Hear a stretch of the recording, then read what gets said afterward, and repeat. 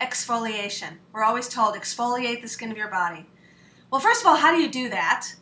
And also, what kind of instrument do you use? Because you've got that pokey thing, you know, that flowery plastic, what they call a loofah, that really isn't a loofah. That sometimes may not be enough. Sometimes it's just too soft. You don't really get, you get a good clean because of the fact that you've got suds everywhere, but you don't really have a good exfoliation because it can be not rough enough. If you have sensitive skin, or if you have no skin issues whatsoever, never any dryness, you know, everything is perfect, then that might be enough. But the other options, of course, is a back brush, which is great for getting on your back, but may not be so great for getting everywhere else. It can be a little bit cumbersome, a little bit not quite appropriate for bikini line. And then you have the natural loofah, which actually is called a loofah, which is that thing that's about this shape, and it looks like, it almost looks like plastic, but it's actually natural. And the problem with it being natural is that it can gather mildew very, very easily, and so you always have to get a new one. And also it's got rough edges because it's got, you know, the top and the bottom because they're cut. And so that also may not be appropriate for everywhere that you want to go. The best that I find are gloves, exfoliating spa gloves. Rough enough, especially when they're wet. Very, very rough when they're dry.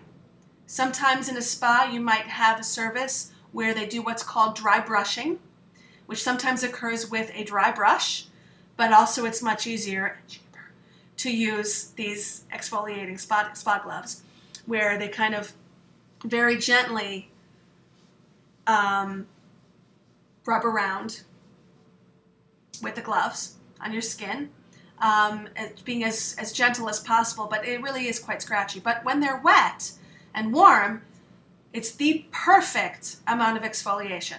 Making sure, of course, that you're gentle and circular and up and down and circles, up and down and circles, very concentrating on the elbows, concentrating on the knees and the ankles, and especially it's a great advantage because since it's your hands and since it's gloves, you can go wherever you need to go without having to worry about either being over scratched or not getting wherever you need.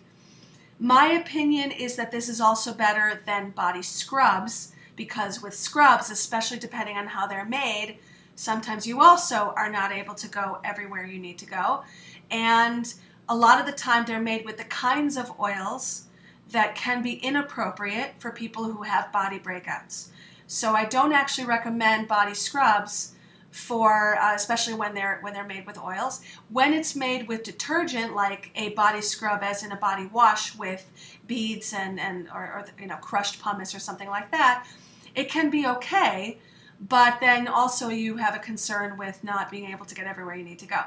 So as far as self-tanner, that's also a reason that you want to be able to go everywhere you need to go, and also in the directions you need, up and down and circular motions, so that you're getting all of your dead skin cells off and making a fresh, clean slate for the dying of the dead skin cells that happens the way that self-tanner works.